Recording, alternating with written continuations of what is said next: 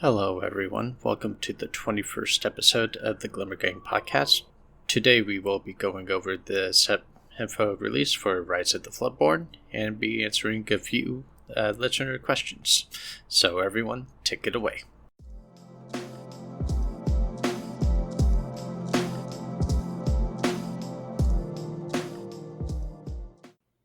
So we're back, and we have new stuff to talk about. We have Rise of the Floodborn, the second set in Disney Lorcana. We have cards from it, we have product from it, and yes, Blake and Shawn have gone over this in YouTube videos. You guys haven't watched those, go check them out. But Spencer and I haven't had a chance to talk about this stuff, and we are super excited that it is finally spoiler season. At the time of recording, we got a new card this morning from Team Lorcana in the Lorcana HQ Discord. But before we get going, Spencer, how are you doing today, sir? I'm doing perfectly fine, man. I've just been swamped. I made a judge qualification exam for Lorcana HQ that we've been beta testing, and it's probably going to go out to the public at the end of the day today. And yeah, it's gotten a lot of responses. It was hard to make. Going through and grading it is taking a while, but I'm pretty excited about it. Awesome. If you are interested in being a judge, hopefully by the time this is put out, that is public. And if you're interested, come check us out in the Lorcana HQ Discord and get your judging on. And we also have Blake here today. Blake, how are you doing today, sir? I am doing well. Just been putting some practice in and scrounging around trying to get the last few cards for my deck for Miami and putting the money together for that. So mainly just Miami prep. Yeah. Awesome. Well, I know that feeling from Gen Con. Obviously, I wasn't trying to collect cards, but it's still a fun time. But we have a good amount to talk about. Blake, I know you already went over this stuff and you've put your thoughts out there. But for those who haven't seen or haven't really seen that video or haven't heard, we have product for Rise of Floodborn. We have the booster box image, which features Queen of Hearts, Beast, and Raya on it. Those are all the packs. We also have the two starter decks.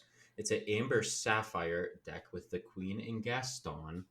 And then we have an Amethyst Steel starter deck with Merlin and Tiana. We also got the image of the Luminar Strobe, which is those same three characters, Queen of Hearts, Raya, and Beast. But on the side, you can see that there's a Shere Khan there. So it looks like we're getting a Shere Khan card in the second set as well. We also got two playmats with amazing art. We have this Pooh Honey Wizard, which I know Brandon, or as most people know, B Squared, was ecstatic about to get. We also have a beast that looks like a gargoyle. So with obviously this set being focused around a lot of Floodborn characters, looks like we're getting a Floodborn beast, which in my opinion, that's the sickest playmat we've gotten so far. And then for sleeves and deck boxes, we have Mulan sleeves and deck boxes, and then Susie, I believe, is her name from Raya Sisu. and the Last Dragon. We have sleeves in a deck box for her. Sisu, there you go. And then the final thing is we got a new gift set, which is the Disney 100 themed gift set. There are six enchanted rarity or Disney 100 rarity, as they're calling them, cards in there. We have four from set one, and then we have two from set two. The coolest thing about these cards is they are drawn by animators, Disney animators. Did this art, there are signatures around them, and it blew me out of the water when I saw these. Everyone's going to be after these cards. I'm super hyped about them. But Spencer, because you haven't talked about this yet, when you look at all the product and stuff, what gets you excited? What are you happy to see? What do you want to see? What would you have liked to see? Or what are your baseline thoughts about all the product that we have so far for Rise of the Floodborn? Yeah, first off, like you said, the Gargoyle Beast playmat is absolutely dope, and that is probably the thing that I'm most excited about, which is kind of funny because it's just a playmat. But I'm super looking forward to the card. And I've been talking about wanting to get Gargoyles, the series, into Lorcana for forever, and I'm just, I'm taking this as a it's coming. It has absolutely no indication of it being the case, but you know what? My heart tells me so. And yeah, the rest of the product, I mean, is pretty standard. The Disney 100 stuff is pretty cool. I think it's really awesome that all the cards have the enchanted treatment. The art style is not really for me, but it's pretty cool, and I'm definitely going to be picking some up just for the collection, of course.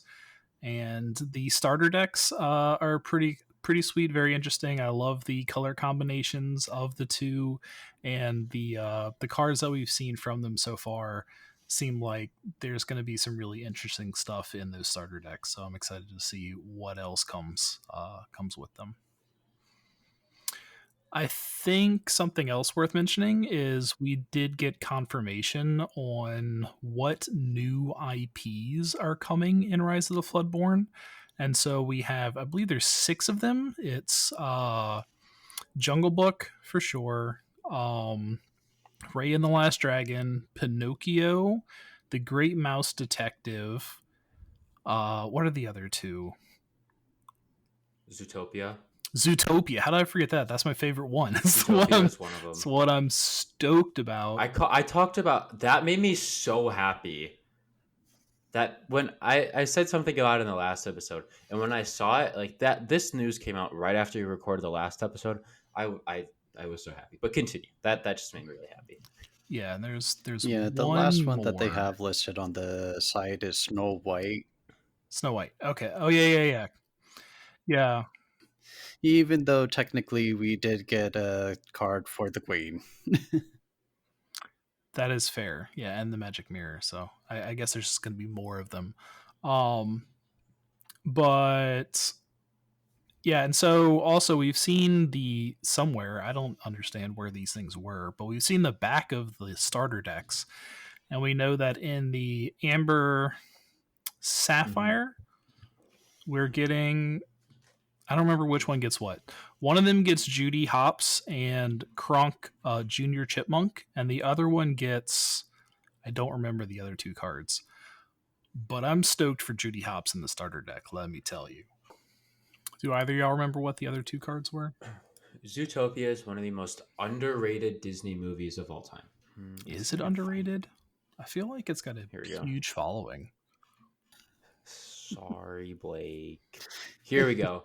Flynn Rider is in the steel. Oh no, that doesn't make any sense. No, that's the back of the booster pack. That's the booster pack. Well, there's a new Flynn Rider in the set. Here we go. Madam Mim Fox and Kronk Junior Chipmunk are in Amethyst Steel. And Amber Sapphire is Judy Hopps, Optimistic Officer, and then 7 dwarfs.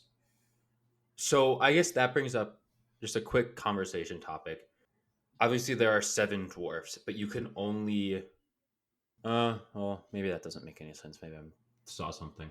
But do you think there's going to be room in a deck to play all 7 dwarfs? Like you can play 1 of each dwarf or something, or 2 of each dwarfs? Or is it just going to be like... What do you guys think with that? So, like, there's a big discussion going on right now in the Discord because on the back of the card, it's just listed the 7 dwarves. And so we don't know if we're getting individual cards for every dwarf or if it's just 1 card. But if it is just 1 card, it doesn't follow the normal naming convention for characters because there's no subname, there's no subtype. And so everyone's kind of like, what does this mean? And that's kind of where we're at right now. Yeah. I was going to say it could be a similar situation to like Goons, but even they have a sub name. So maybe it's just not seen. Maybe we're be able to see it, something like that. Maybe. Yeah, they may have just not put the sub names. Yeah. Just because it would have been like too long. Yeah. But Right. For translation purposes. Yeah. I meant like just like to have on the box. So I mean, if it was like, and including the 7 dwarves, companions of Snow White, like that's a lot of text to put on the tiny little paragraph on the back of the starter deck. Yeah. You know? All right. So obviously we have all of the new product. I know the Disney 100 set is huge for collectors. I think it is tailored more towards collectors. It'll be a chance for most of us to get our hands on our first Enchanteds ever, which is exciting for me. But um, Blake, I know that you've obviously talked with this already, but do you have any newer thoughts on the product and stuff since it's been announced? Um, for the products themselves, I still hold the same opinions. Like, I did not think I was going to buy more playmats, especially where I am considering buying more playmats. um, and I am very intrigued by the Disney 100 collector set.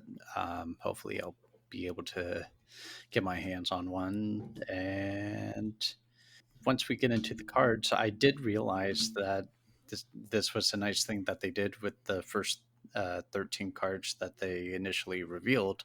They revealed all 4 of the starter deck face cards. Yeah. So we already kind of have some idea of what may be in, or what kind of strategy they may be going for. Mm-hmm. So Yeah. we'll get to that. We will. So yeah, obviously we have all the product. And I know it's going to be on the shelves. We don't know how much of it's going to be there. That's for a later date. But moving on to cards. Now we have a total of 14 cards for the first chapter.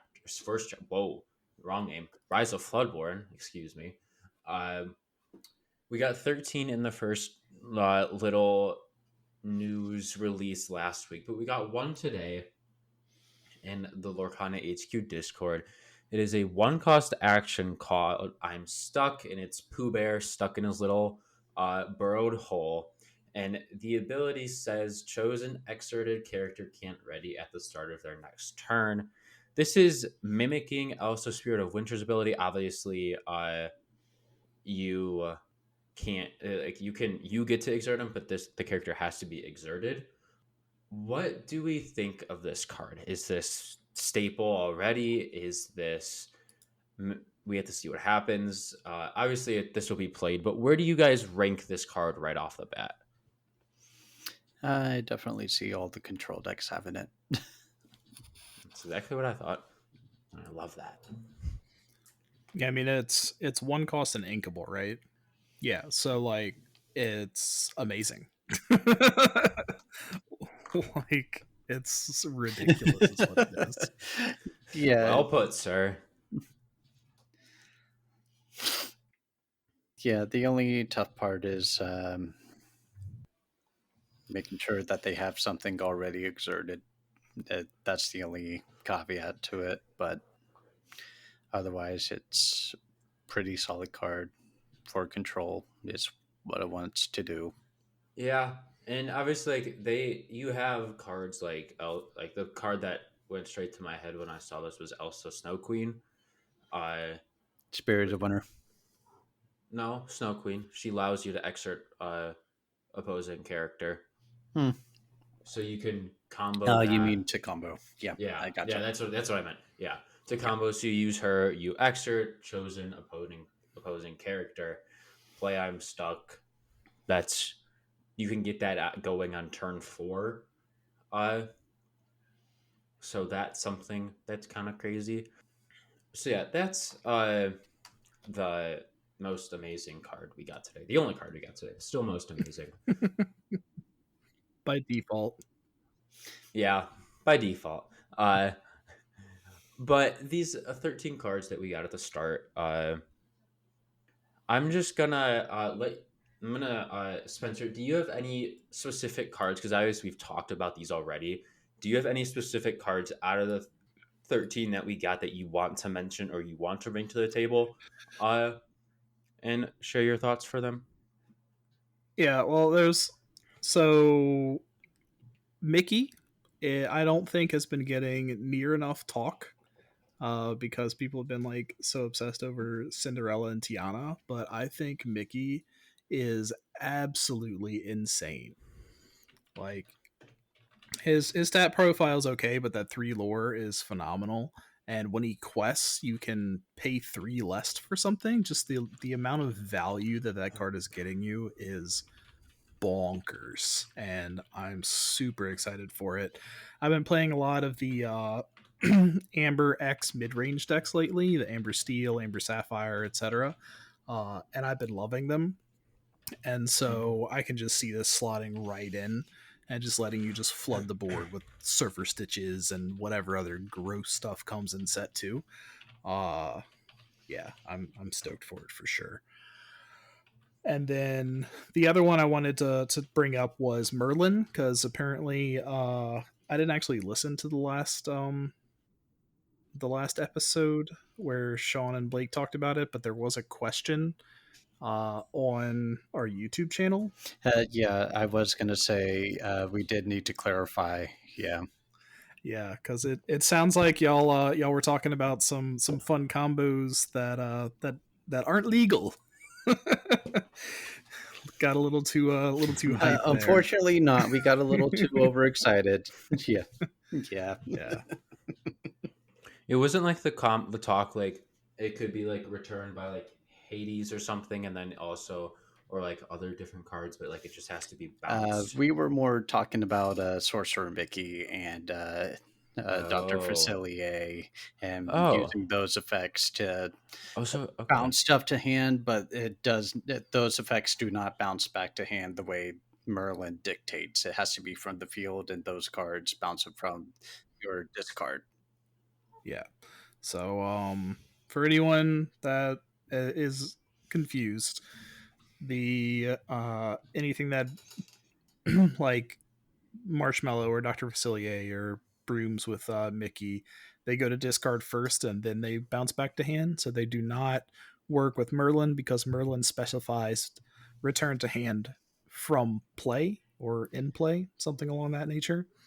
And on that note, I am super excited to see what new cards we get that will combo with Merlin. So that's something I've been thinking about. It's like what are they going to give us? They're gonna give us like some super awesome card that has a cost to play. Of it has to return another one of your characters from play to your hand, um, in order to play it, which would be really cool.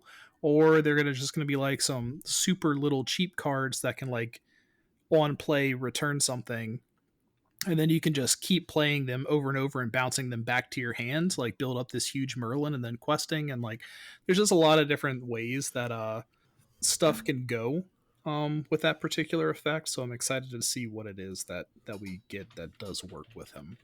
Yeah, for the first chapter, we only really got Befuddle, Genie on the job, and then Mother's Knows Best. So we definitely need some more to show up in set 2 to help out with that. Yeah, but you don't really want to be using any of those on your own stuff. So um Yeah. Maybe Befuddle if you're running an item deck, but I don't know if Merlin would go in an item deck. I don't know, man. Amethyst, Bell. Obviously, like we only have 14 of the cards out of the 204 that are in this set. Something to mention. It looks like they're keeping consistent with that 204 uh, marking of cards in a set. Wouldn't be surprised if there's 12 more enchantments as well for all the legendaries. But obviously, we only have 14, so like Spencer said, there could be a lot more cards that like maybe you like there is something you play down and it bounces something back to your hand, but it benefits you. There could be more stuff that's coming, and I think we said this a lot at like the start when we were slowly getting reveals for the first chapter. Is that this is going to be one of those cards we have to wait to see the full set to see how good it actually is. It might even take more than just the full set, kind of like with Ariel, who's a collector, and Tamatoa. They're just going to keep getting better as more items are added. And this will probably be another character where he just gets better as more bounce is added. So, any cars you're particularly excited about, Teddy? I think a lot of people are excited about this, but I'm excited about Belle. Belle has always been one of my favorite characters in Disney. Really cool to see. Um, and obviously, we got a Floodborn version of her, which makes me fall in love with the character and that whole movie all over again.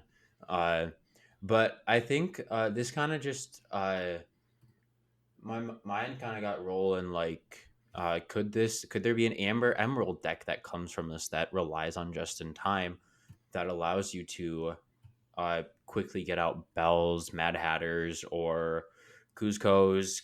That's kind of where my mind started racing. Obviously, you can shift with the Bell. And being able to discard an entire hand is kind of crazy, in my opinion. And she's only a 3/3, yes, so she can be removed pretty easily. She's in range of smash uh, and stuff like that. But just another 5 cost Emerald card with 3 lore that puts your opponent at a disadvantage when challenging is something that kind of just like sets the tone for Emerald, in my opinion. And I'm really excited to see how she plays. Then the other card I wanted to bring up is just for the art, real quick. Is Winnie the Pooh Honey Wizard. It's absolutely amazing. Um, I can't, I'm like speechless when I look at it because it just looks so good. And seeing that on a playmat and also seeing that Beast Gargoyle on a playmat just makes me so excited to see uh, what that card looks like. But then for abilities, Dinner Bell is interesting. Uh, I think obviously, like I think we have to wait and see. It'll be one of those like really heavy tech cards, in my opinion. But I want to see how that card plays. Because you can have cards like a Maui. I don't remember his subtype, but the steel one. That is 8/8. Say there's like 6 or 7 damage on him. You can use Dinner Bell and draw 7 new cards. That's not bad. And I know obviously that's not going to be something that happens a lot, but that card could be very interesting. We had Dinner Bell and Bell. Lots of bells were what caught my eye from this first. Yeah, and I know I talked forever with Shawn earlier last week, but I do want to bring up just my particular catch of this first initial wave is the Sorcerer Spellbook and having an item that gains lore all on its own and not having to attach it to a character like IF8s. So that's really what the item deck was looking for. So it's looking like Sapphire Amethyst is going to be the items deck potentially. Yeah. I think we all knew that card was coming. A card like that was coming. And it's here now, and it's here to stay. And like Spencer said, like the item deck, it only gets better as time goes on. And there's gonna be more items that come and more items that make this deck. And I hate the item deck. I can't stand it. I don't know why. It just bugs me. Just how it plays and having to deal with it. Beast Hardhead, I feel like is gonna see a lot more play. Uh Obviously he sees a lot of play, but that'll be a staple in all steel decks. Yep. And I'm gonna guess we're gonna see more item removal. Potentially, yeah. Just to balance that out, so there's no. Like, I'm almost certain we'll have a be prepared for items. Oh yeah, that would be devastating for Tamatoa. Wow, yeah, that seems very likely now that you say it. But yeah, are there any other final cards we want to mention out of the first 14 that have been released? I think I mean there's still a couple of things to mention for sure. Something I think the queen is crazy. Her ability to reduce damage or reduce your opponent's strength and buff one of your character strength is just like it's super support, and I love it and I'm obsessed with it. And then at the other side of the spectrum, she's a shift 2. And so I really want to see if are we getting like a one cost queen? Like how dope would that be? Um so I'm super excited about her and just like some of the stuff that she has going on. People talking about Gaston. I mean, he's good. I think people are a little too excited about him, but we'll see what else we get that He's solid. Yeah. that he can shift onto. Um, and then I think Gaston just replaces like Robin Hood in a We lot have of a new keyword. Sapphire decks, and that's where I was getting is then we've Yeah. got the two resist characters. So Tiana and Cinderella Totally went over my head for the moment. Yeah, who both just deserve their own little stuff to talk about. I'm stoked about Cinderella. I know a lot of other people are as well. I think her combination of cost stats, the fact that she's a Floodborn, resist, and then the ability to challenge readied characters is just bonkers, and she is going to absolutely be a steel staple. And I'm super excited about it. Yeah, especially for the Amber Steel Songs deck, that'll really take advantage of her second ability. Just being able to sing all those songs. And you do already have a Cinderella in there to shift onto from set 1. So Resist. Gonna be very interesting. Resist is nuts. Here's what I'm hoping for. This is my like. I really hope this happens, but I don't think it will because it's probably too OP. Is I want to see a Musketeer card that gives all other Musketeers resist 2. Oh wow. Oh, That would that would make Musketeers work a lot better. Yeah, I feel like I feel like you could see like that in Resist 1 maybe. But that's not that would be wow. if it Do was a we legendary, I could see resist Yeah. too. Do we think we're gonna get more Musketeer cards in this set? I hope so. I want to I see do. a Musketeers deck. I especially think with because I've been saying this for forever, right? Is that I think that there's going to be Musketeer cards that aren't your traditional Musketeers. Like we still need Pete, so there's already a fourth out there that we need, but I think we're going to be seeing either Dreamborn or Floodborn versions of like Aladdin or Pluto or whatever as a Musketeer. And I think this is a perfect set for that. You know, Rise of the Floodborns have some Floodborn, whoever like get turned into a Musketeer through the flood. Like, love it. So that's what I'm hoping for. Yeah. Also, going off at the subtypes, we did get the one new one with Cinderella as well, being a knight. So Yeah. I do wonder what other knight cards we may get, and I think that bodes well for seeing some more Musketeers as well. Maybe there will even be some cross synergies between the two. Yeah, I think there's a very high chance now that like I listen and think about it for a second. There's gonna be a lot of new cards. I was looking at Musketeers. You have like maybe there's gonna be more Anna and Elsa's for those cards that interact with each other. There's gonna be more Tinkerbell and Peter Pan's because I know one of the Tinkerbell cards from the first set interacts with Peter Pan cards. So there's a lot of openings for cards in this set to see. Yeah. While we're on that topic, that that just made me realize that the Queen is an Amber villain. So Hades is happy. And with the way villains. There you go. Yeah. with the way that shift has been, working so far, is we'll probably get another queen in Amber because we don't have one already for her to shift onto. That's another villain. So yeah, we might actually see Hades King of Olympus be a thing here coming up soon.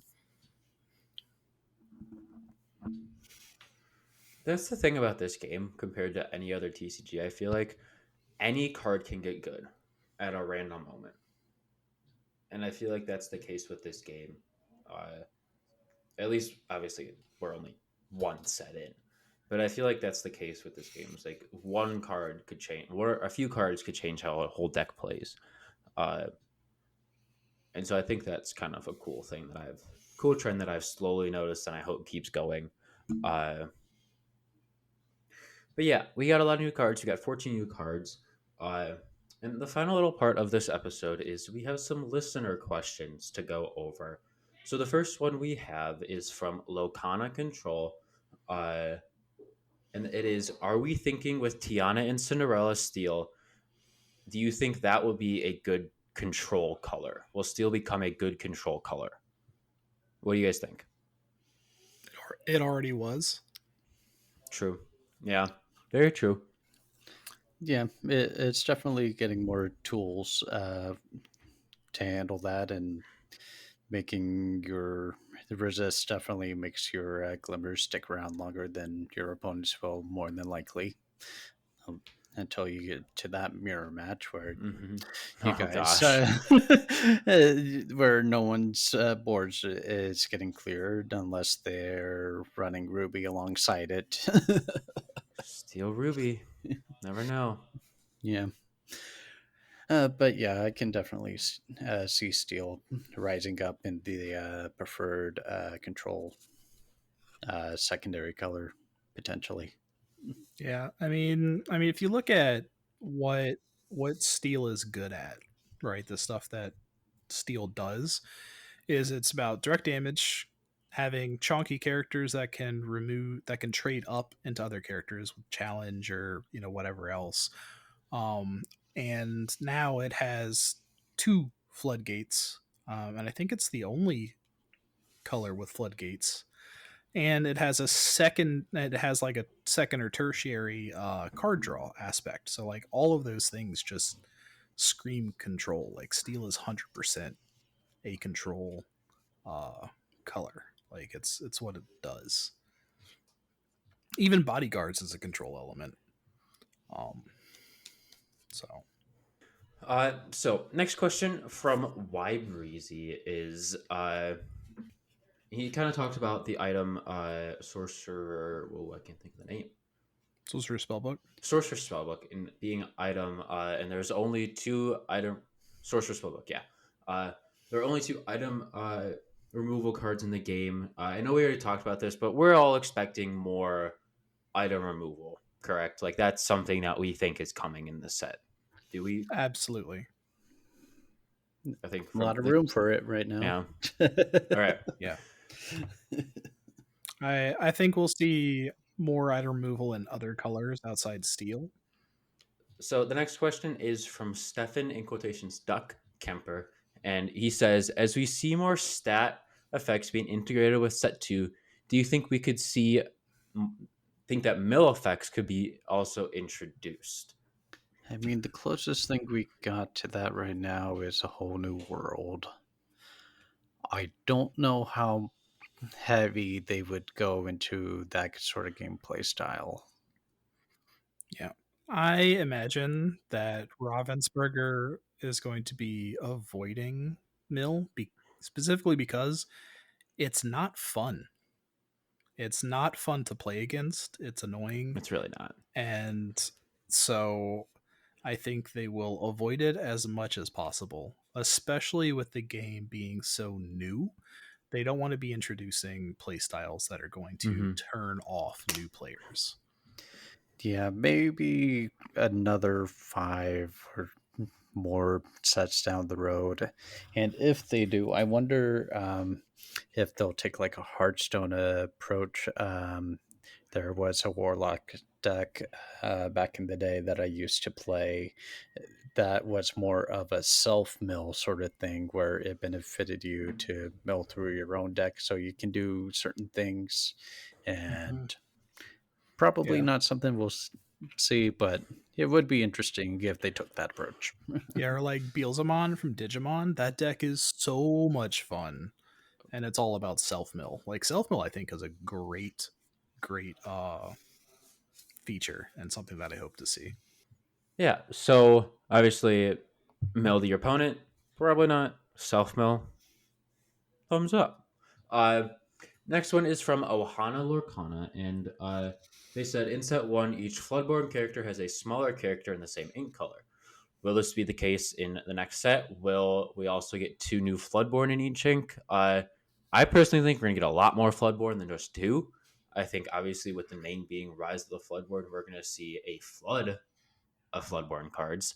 Uh, but I also think obviously with a lot of these uh, I was like, all these Floodborn, they have shift and they have a smaller card. And that was a question. I'm guessing we're going to see smaller characters in the same ink color for shifting. I think that's pretty standard at this point to be able to give a card that has shift smaller.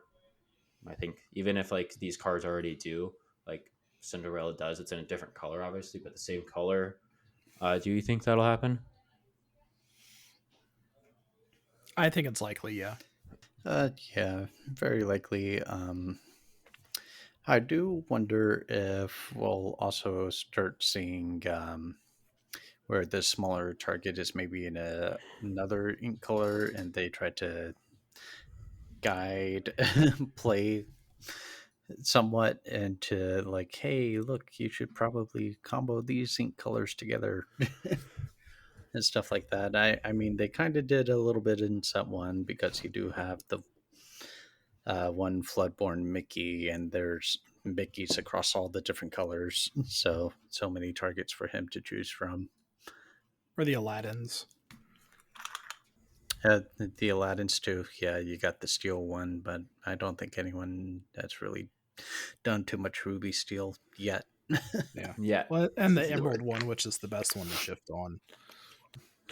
All right. So last but not least, our final question comes from Jedi Geek Girl, and she says, "It is safe to assume that set two will be like the same as set one with demand. Is this expected for you guys? Like, do you think set two is going to be like set one with release? And if so, how do you think people like? What do you have any tips for people to be better prepared for set two? Personally, I think there's going to be a lot more. I think they realized what happened with set one, and they had a lot more time to ramp up production for set two. They Uh, did. but hypothetically, if it is the case, I think just be patient. Uh, just be patient with everything. You'll get the cards you need. If you have to buy singles, you have to buy singles. That's not the end of the world. That's what I do. I don't usually go for product, but just if that is the case, be patient. But in my opinion, I think we're going to see a lot more set two in stores than we did set one. Um, yeah, I'm not 100% sure. Can't really speak on it. Don't have any insider knowledge to give. But by now, you should hopefully have built or started building a relationship with your local game stores. So now you want to go ahead and start communicating with them and letting them know your interest in set two so you can place some pre orders, especially if for this first round they didn't mark up the prices too much for you. So make sure to go ahead and start that talk already with your game stores. I'll be the bad guy. I think it's going to be worse. Mm-hmm.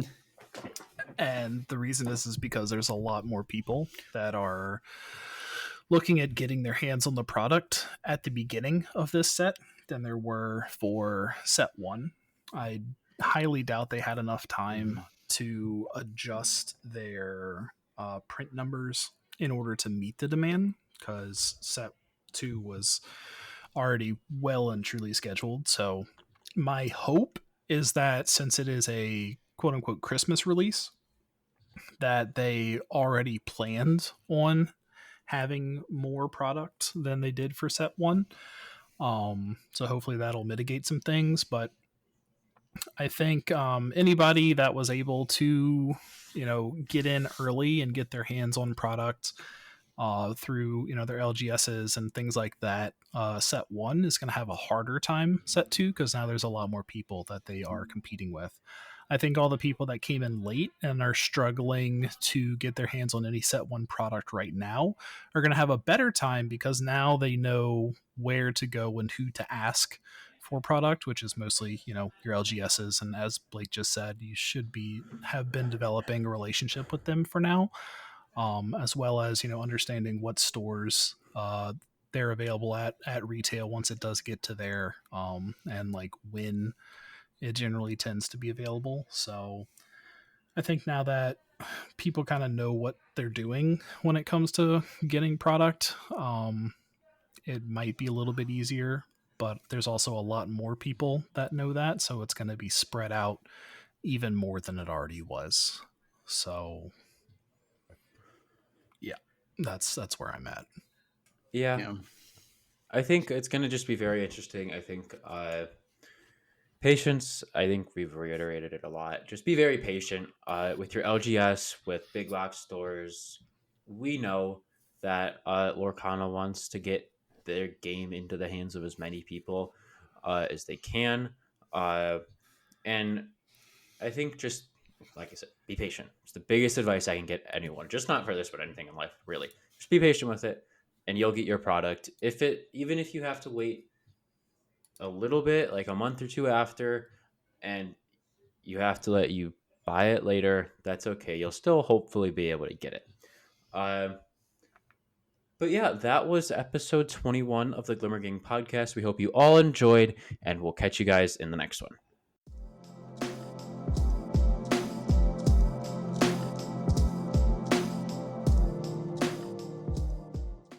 Thank you for listening to the 21st episode of the Glimmer Gang podcast. If you want to stay up to date, be sure to follow us on all of our socials and media outlets. And if you want to submit your own questions, please be sure to send us your questions through Twitter or through the comments on our videos.